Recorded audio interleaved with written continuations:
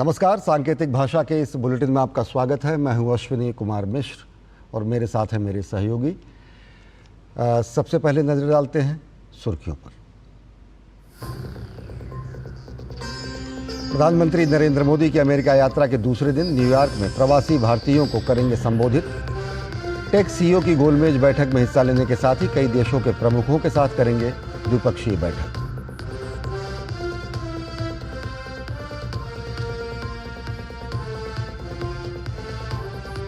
Quad समूह के Wilmington घोषणा पत्र में समुद्री सुरक्षा और सहयोग बढ़ाने पर जोर। अगले साल भारत करेगा क्वाड समिट की मेजबानी।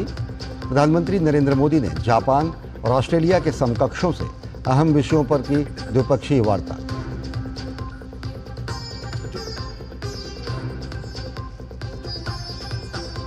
जम्मू कश्मीर के पुंछ में गरजे राजनाथ सिंह, कहा अनुच्छेद 370 को हटाने का अधिकार केवल केंद्र के पास। विपक्षी दलों पर लगाया जनता को गुमराह करने का आरोप। फारूक अब्दुल्ला ने कहा सुप्रीम कोर्ट जाने की बात।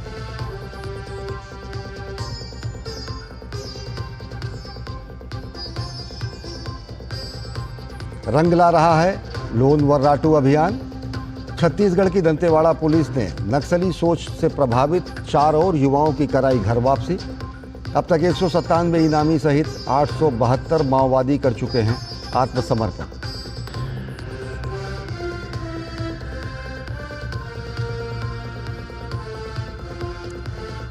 और श्रीलंका में राष्ट्रपति चुनाव की मतगणना दूसरे दौर में। किसी भी उम्मीदवार को नहीं मिले आवश्यक 50% मत।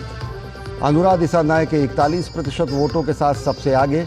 वहीं सजित प्रेमदासा 35% मत पाकर दूसरे नंबर पर।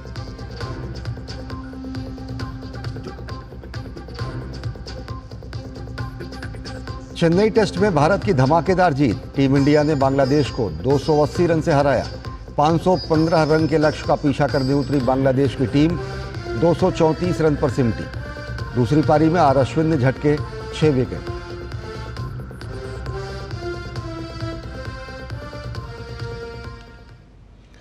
और बुलेटिन में सबसे पहले बात करते हैं प्रधानमंत्री नरेंद्र मोदी की अमेरिका यात्रा की।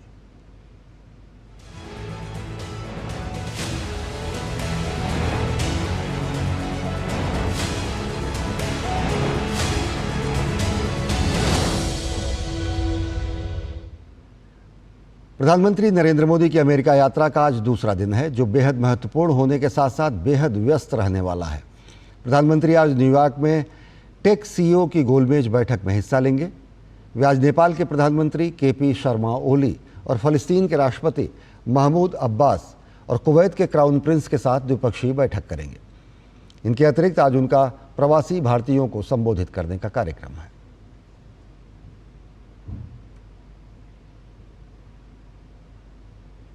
प्रधानमंत्री नरेंद्र मोदी की यात्रा के दूसरे दिन क्या रहेगा खास? न्यूयॉर्क से हमारे संवाददाता निखिल सिंह ने भेजी खास रिपोर्ट।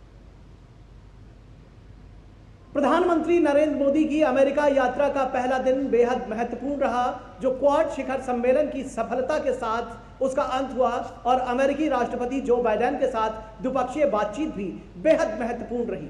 इसके साथ ही साथ अब सारा फोकस न्यूयॉर्क पर शिफ्ट हो गया है, जहां प्रधानमंत्री नरेंद्र मोदी की यात्रा का दूसरा दिन होगा और सबसे महत्वपूर्ण होगा इसमें भारतीय समुदाय का उनको संबोधन। और इस संबोधन को Modi and US progress together के नाम से जाना जा रहा है।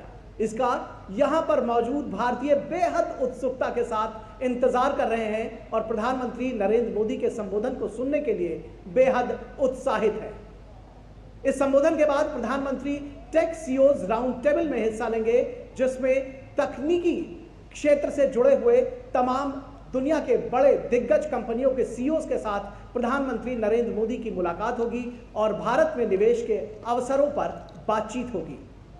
इसके साथ ही साथ तमाम दूसरे देशों के साथ में जो यहां यूनाइटेड नेशंस में भाग लेने के लिए आए हैं, ऐसे राष्ट्र प्रमुखों के साथ में तमाम देशों के साथ प्रधानमंत्री नरेंद्र मोदी की द्विपक्षीय बातचीत भी प्रस्तावित है, जो कि बेहद महत्वपूर्ण होने जा रही है।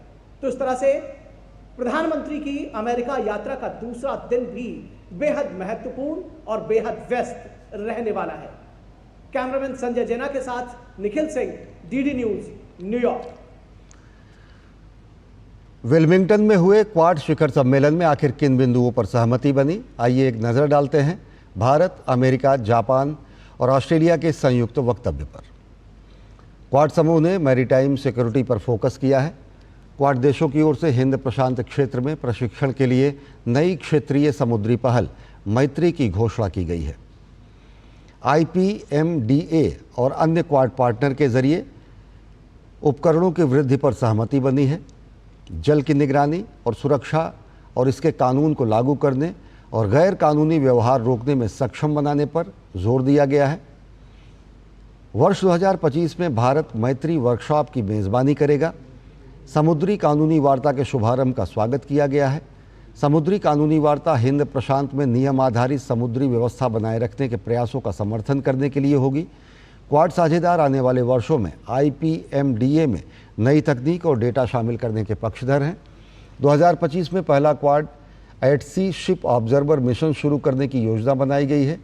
क्वाड एट सी शिप ऑब्जर्वर मिशन में अमेरिकी तटरक्षक, जापानी तटरक्षक, ऑस्ट्रेलियाई सीमा बल और भारतीय तटरक्षक शामिल होंगे। इंटरऑपरेबिलिटी में सुधार और समुद्री सुरक्षा को आगे बढ़ाने पर फोकस किया गया है। Quad Indo Pacific logistic network pilot project launch करने की घोषणा की गई है। साझा एयरलिफ्ट क्षमता को आगे बढ़ाने और सामूहिक लॉजिस्टिक शक्तियों का लाभ उठाने के लिए लॉजिस्टिक नेटवर्क का पायलट प्रोजेक्ट लागू किया जाएगा। प्राकृतिक आपदाओं से निपटने के लिए अधिक तेज़ी और कुशलता लाने का समर्थन किया गया है। फ्यूचर पार्टनरशिप क्वाड पोर्ट्स की घोषणा की गई है। इंडो पैसिफिक में टिकाऊ और लचीले बंदरगाह बुनियादी ढांचे के विकास का समर्थन किया गया है। 2025 में मुंबई में भारत की ओर से क्वाड क्षेत्रीय बंदरगाह और परिवहन सम्मेलन का आयोजन किया जाएगा। 2200 से अधिक विशेषज्ञों के लिए क्वाड इंफ्रास्ट्रक्चर फेलोशिप के विस्तार की सराहना की गई है। संयुक्त वक्तव्य में कहा गया है कि विश्वसनीय प्रौद्योगिकी समाधान के लिए साझेदारी के महत्वाकांक्षी विस्तार की घोषणा पर सदस्य देशों को गर्व है। इसके अलावा इंडो पैसिफिक के छात्रों को $5 लाख की 50 क्वाड स्कॉलरशिप देने की घोषणा की गई है। प्रधानमंत्री नरेंद्र मोदी के अमेरिका दौरे से कई मोर्चे पर भारत की दुनिया भर में साख बढ़ी है। विदेश मंत्रालय ने प्रधानमंत्री नरेंद्र मोदी के अमेरिकी दौरे के पहले दिन की उपलब्धियों का जिक्र करते हुए कहा कि बहुपक्षीय बैठकों में प्रधानमंत्री नरेंद्र मोदी ने हिंद प्रशांत क्षेत्र में विभिन्न साझेदारियों के साथ विकास के लिए सहयोग, संपर्क और जुड़ाव के लिए भारत के दृष्टिकोण को रेखांकित किया। हिंद प्रशांत क्षेत्र में क्वाड के सदस्य देश भारत की पहल का समर्थन करते हैं। Minister underlined India's approach of cooperation, contact and engagement for growth with a variety of partners in the Indo-Pacific. It was striking to hear the other Quad leaders acknowledge India's actions and also at the same time hear their expectations of India, which really underlines the need to continue to work and sustain this enormous trust that India has earned from its partners. विदेश सचिव विक्रम मिस्री ने कहा कि America द्वारा भारत से तस्करी करके ले जाए गए 300 से अधिक पुरावशेषों का देश में लौटना बड़ी उपलब्धि है। भारत अब विकास ही नहीं, विरासत पर भी बात करता है। United States, I would point to a very special feature of that bilateral meeting, which was the return of nearly 300 antiquities to India. So here we were talking not just about Vikas but also about Virasat. विदेश सचिव ने कहा कि विश्व शांति के लिए भारत की प्रतिबद्धता को प्रभावी ढंग से प्रधानमंत्री नरेंद्र मोदी ने दुनिया के सामने रखा है। The Prime Minister also mentioned that at a time when the world is ridden with tensions and conflicts, the coming together of these 4 Quad partners with shared democratic values is important for humanity. He said the Quad was here to stay, to assist, to partner and to complement the efforts of the Indo-Pacific countries. विदेश सचिव विक्रम मिस्री ने भारत द्वारा cancer उन्मूलन के लिए सहायता घोषणा को पूरी दुनिया के लिए बेहद महत्वपूर्ण कदम बताया।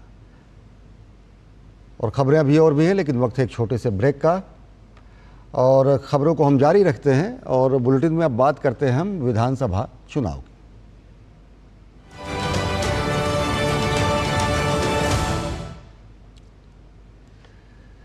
रक्षा मंत्री और भाजपा के वरिष्ठ नेता राजनाथ सिंह ने जम्मू कश्मीर के पुंछ में एक चुनावी रैली को संबोधित करते हुए विरोधी दलों पर करारा निशाना साधा। उन्होंने कहा कि विरोधी दल अनुच्छेद 370 को वापस लाने की बात करते हैं, लेकिन ऐसा केवल केंद्र सरकार कर सकती है। इसी के साथ उन्होंने कहा कि अनुच्छेद 370 की समाप्ति के बाद अब 30 साल के अब तक के लोकसभा चुनाव में जम्मू कश्मीर में 58% से अधिक मतदान हुआ और लद्दाख में 82% से अधिक मतदान हुआ। लोकसभा चुनाव में 30 वर्षों के बाद पहला यह अवसर रहा है जब मोर देन 58% की वोटिंग इस जम्मू कश्मीर की धरती पर हुई है। वहीं पर लद्दाख में मोर देन 82% वोटिंग हुई है। कांग्रेस, नेशनल कॉन्फ्रेंस और पीडीपी जैसी पॉलिटिकल पार्टी चारों तरफ हाय तौबा मचा रही हैं, शोर मचा रही हैं। वह आएंगी तो आर्टिकल 370 जो समाप्त किया गया है पुनः उसको बहाल करेंगे।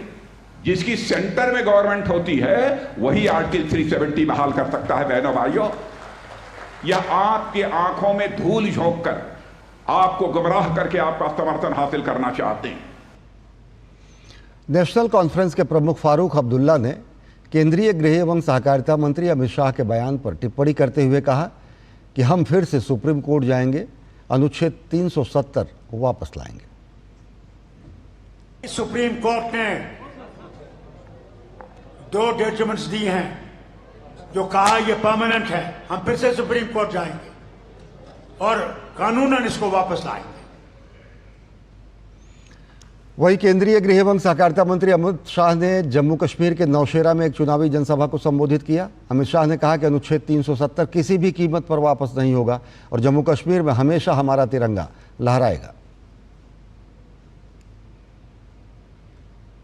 धारा 370 गई, अच्छा हुआ या बुरा हुआ?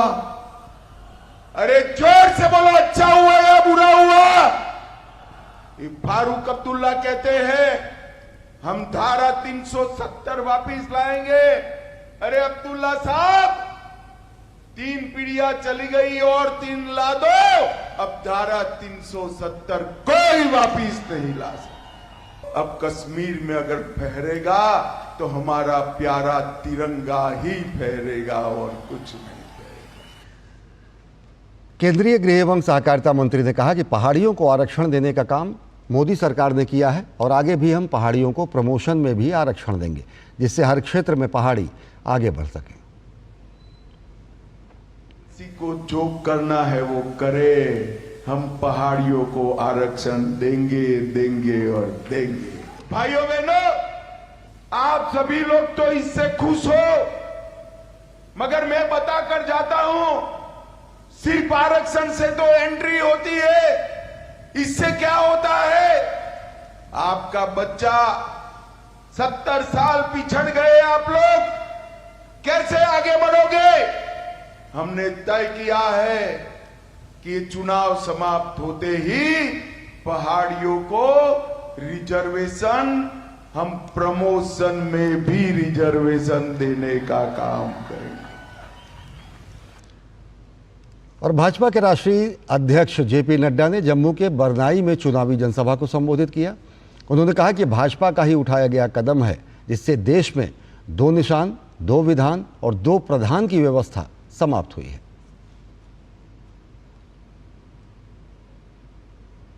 जम्मू का और भारतीय जनता पार्टी का बहुत गहरा रिश्ता है, बहुत गहरा रिश्ता है। अगर मैं इसको याद करूं तो मैं ये गौरव के साथ और गर्व के साथ कह सकता हूं कि जिन्हें हम शेरे डुग्गर के रूप से जानते हैं, पंडित प्रेमनाथ डोगरा जी को। पंडित प्रेमनाथ डोगरा जी हमारे भारतीय जनसंघ के प्रथम लोगों में वो थे जो राष्ट्रीय अध्यक्ष के रूप में जिन्होंने काम किया, ये हमारा जम्मू से गहरा रिश्ता है कि धारा 370 समाप्त हो चुकी है और आज हम एकीकृत तरीके से संविधान की दृष्टि से एक विधान, एक निशान, एक प्रधान, इसके तहत चुनाव हो रहा है। इसको भी हमको ध्यान में रखना है। हरियाणा के पूर्व मुख्यमंत्री भूपेंद्र सिंह हुड्डा ने सिरसा में मीडिया से बात करते हुए कहा कि हमें भरपूर समर्थन मिल रहा है और जनता ने हरियाणा में भारी बहुमत से कांग्रेस की सरकार बनाने का मन बना लिया है। जिस प्रकार से जन समर्थन मिल रहा है उसके आधार पर मैं कह सकता हूं 36 बरादरी मन बना चुके हैं कि हरियाणा में अगली सरकार कांग्रेस पार्टी की सरकार। कांग्रेस में टिकट बंटवारे को लेकर हड़कंप मचा हुआ है। टिकट न मिलने को लेकर पार्टी के कई नेता नाराज हैं। इसी क्रम में अब हरियाणा कांग्रेस की नेता शारदा राठौड़ ने अपनी ही पार्टी पर आरोप लगाए हैं।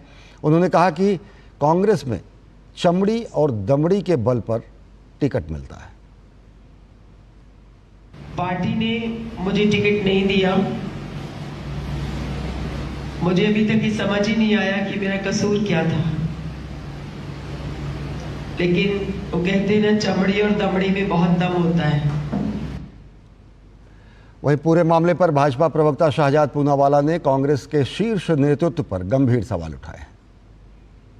कांग्रेस में टिकट चमड़ी और दमड़ी के दाम पर दिया जाता है, मतलब कि चमड़ी सेक्सुअल फेवर और दमड़ी पैसों के एवज में।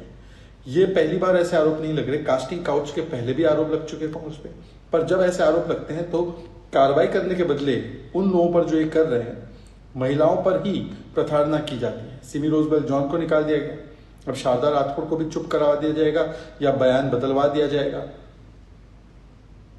भारतीय जनता पार्टी दिल्ली के पूर्व मुख्यमंत्री अरविंद केजरीवाल और दिल्ली की आम आदमी पार्टी सरकार के खिलाफ धरना प्रदर्शन कर रही है। दिल्ली के कनॉट प्लेस में चल रहे इस प्रदर्शन में बड़ी संख्या में भाजपा के विधायक, नेता और कार्यकर्ता शामिल हुए हैं। प्रदर्शन कर रहे भाजपा नेताओं ने कहा कि इस धरने का उद्देश्य दिल्ली की आम आदमी पार्टी सरकार के भ्रष्टाचार को जनता के सामने लाना है।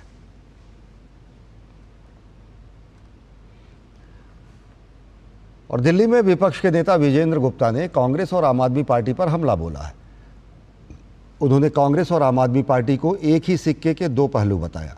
साथ ही उन्होंने दावा किया कि आने वाले विधानसभा चुनाव में आम आदमी पार्टी को प्रदेश की जनता सबक सिखाएगी।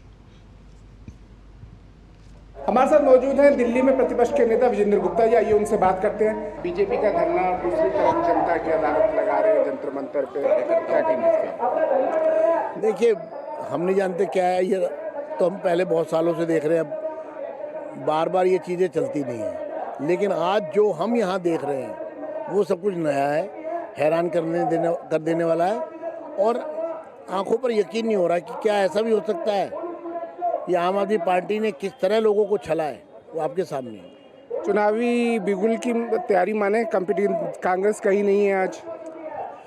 देखिए, हमें तो मालूम नहीं है कांग्रेस कहीं है या नहीं है, आम आदमी पार्टी और कांग्रेस क्या कर रहे हैं, लेकिन इतना ज़रूर है कि एक ही थाली के चट्टे बट्टे हैं जिन्होंने दिल्ली को कम से कम 50 साल पीछे किया है। प्रदर्शनी लगाने का मतलब ये है कि चुनावी एक बड़ा मुद्दा भारतीय जनता पार्टी बनाएगी। ये बहुत बड़ा मुद्दा है। इसके सवाल पर जवाब देने से क्यों भागते हैं ये? अगर आपने ये आलीशान महल बनाया है तो फिर इनके सवालों से क्यों भागते हैं? पारदर्शिता कहाँ गई? अब ये माने कि क्योंकि बहुत ज़्यादा समय नहीं रह गया है चुनाव का, तो अब भारतीय जनता पार्टी मैदान में है। चुनाव में आने वाले समय में अब चुनावी रंग देखने को मिलेंगे। बिल्कुल, हम लोग मैदान में जनता की अदालत में हम जाएंगे, सच लेकर जाएंगे और झूठ का पर्दाफाश करेंगे और आम आदमी पार्टी मुक्त दिल्ली बनाएंगे। तो ये थे नेता प्रतिपक्ष विजेंद्र गुप्ता, जिन्होंने साफ तौर पर कहा है कि क्योंकि दिल्ली का चुनाव दूर नहीं है, तो ऐसे में अब भारतीय जनता पार्टी मैदान में होगी और प्रदेश सरकार की नीतियों और जो उन्होंने कार्य किए हैं उसको लेकर जनता के बीच जाएगी और जनता से वोट मांगेगी। Vikramjit Singh, DD news, Delhi. अयोध्या से समाजवादी पार्टी के सांसद अवधेश प्रसाद से एक बार फिर विवाद जुड़ गया है। अयोध्या की नगर कोतवाली में अवधेश प्रसाद के बेटे अजीत प्रसाद के खिलाफ मामला दर्ज किया गया है।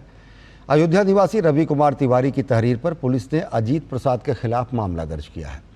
सांसद पुत्र पर पीड़ित का अपहरण कर गाड़ी में मारपीट करने और धमकाने की धाराओं में मुकदमा दर्ज हुआ है। अजीत प्रसाद अयोध्या की मिल्कीपुर सीट पर होने वाले उपचुनाव की तैयारी भी कर रहे हैं। अजीत प्रसाद जो है वो मौजूदा सांसद जी के लड़के हैं और राजू यादव जो है उन्हीं के साथ रहते हैं। विशेष उनके बारे में हमको प्रॉपर्टी डीलिंग वोलिंग का काम करते हैं। हमको बोले जो है मेरा पैसा जो है जल्द से जल्द वापस कर दो, नहीं तो जो है हाथ पैर तोड़वा देंगे। फिर उसके बाद में जब राजू यादव हमको बोलने लगे जो है कि पैसा हमारा जो है 4 से 5 तारीख में दे दो, नहीं तो तुमको हम मरवा देंगे। छत्तीसगढ़ की दंतेवाड़ा पुलिस को लोन वर्राटू अभियान में बड़ी कामयाबी मिली है। दंतेवाड़ा पुलिस ने नक्सली सोच से प्रभावित युवाओं की पुनर्वास और उनके समाज की मुख्यधारा में जोड़ने के प्रयासों के तहत लोन वर्राटू अभियान चलाया है और इस अभियान के तहत 4 नक्सली दंपतियों की आज घर वापसी हुई है। इस अभियान के तहत अब तक 197 इनामी और कुल 872 माओवादियों ने आत्मसमर्पण किया है। दंतेवाड़ा के समक्ष 4 माओवादियों ने आत्मसमर्पण किया है। इसमें 2 जो है दंपति उंगा कामो और आईटी ताजी, ये regional company number 2 CRC company number 2 के सदस्य हैं, जिनके ऊपर शासन द्वारा पूर्व से 8 लाख का इनाम घोषित है। इसके अलावा जो देवे उर्फ विजय पंजाब जो उत्तर सब ब्यूरो राजनीतिक टीम के सदस्य हैं, इनका जो काम रहता है मुख्य राजनीतिक तौर पर जो नए रिक्रूट्स होते हैं उनको उनकी जो विचारधारा माओवादी विचारधारा के टुवर्ड्स ट्रेनिंग देना और उनको ब्रेन वॉश करना, तो उसमें ये सक्रिय थे। कुल जो चारों के ऊपर शासन द्वारा जो घोषित इनाम टोटल 20 लाख रुपीज़ है। आयुष्मान भारत योजना के तहत हरियाणा में निःशुल्क उपचार का लाभ गरीब और आर्थिक रूप से कमज़ोर लोगों को मिल रहा है। निःशुल्क उपचार की सुविधा ज़रूरतमंद लोगों तक पहुंच रही है। हरियाणा के आर्थिक रूप से कमज़ोर वर्ग के लाभार्थी इस योजना को अपने लिए किसी वरदान से कम नहीं समझते। हमारा इलाज का एक भी पैसे नहीं लगा। इस योजना को चलाने के लिए प्रधानमंत्री को धन्यवाद। बड़ी तकड़ी खुशी यही है और पैसों नहीं लगी एक मोदी जी धन्यवाद। ये योजना चलाई है प्रधानमंत्री योजना, उसमें हम संतुष्ट हैं। गरीब परिवार आर्थिक सहायता जो भी है गरीब वर्ग के है उनको सहायता मिलती है हॉस्पिटल से, हम बहुत संतुष्ट हैं और इलाज अच्छा होता है। ये बात नहीं है भी नहीं होता है मगर धन्यवाद हो प्रधानमंत्री नरेंद्र मोदी जी का, जो ये योजना चला के गरीब परिवारों के लिए बहुत अच्छी सुविधा की है। और रुक करते हैं अंतर्राष्ट्रीय जगत की तरफ। श्रीलंका में राष्ट्रपति चुनाव की मतगणना दूसरे दौर में पहुंच गई है, क्योंकि पहले दौर में किसी भी उम्मीदवार को आवश्यक 50% वोट नहीं मिला है। चुनाव आयोग ने कहा कि शीर्ष 2 को छोड़कर सभी उम्मीदवारों को गिनती से बाहर कर दिया गया है और अन्य उम्मीदवारों के दूसरे और तीसरे वरीयता के वोट दोनों के बीच वितरित किए जाएंगे। सबसे अधिक वोट पाने वाले उम्मीदवार को विजयी घोषित किया जाएगा। राष्ट्रपति पद के चुनाव के लिए कल मतदान हुआ था। चुनाव आयोग ने इसे इतिहास का सबसे शांतिपूर्ण चुनाव करार दिया है। चुनाव आयोग द्वारा साझा किए गए परिणामों के अनुसार वामपंथी नेता 41% वोटों के साथ आगे हैं, जबकि सजित प्रेमदासा 33% मत पाकर दूसरे नंबर पर हैं। निवर्तमान राष्ट्रपति रानिल विक्रमसिंघे निर्दलीय रूप से जिन्होंने चुनाव लड़ा था 17% मत पाकर तीसरे स्थान पर है। और अब बात क्रिकेट की। भारत और बांग्लादेश के बीच खेले गए टेस्ट मैच को टीम इंडिया ने बड़ी आसानी से अपने नाम कर लिया है। टीम इंडिया ने इस मैच में बांग्लादेश को 280 रनों से हरा दिया। जीत के लिए टीम इंडिया ने 2 मैचों की सीरीज में 1-0 की बढ़त हासिल कर ली है।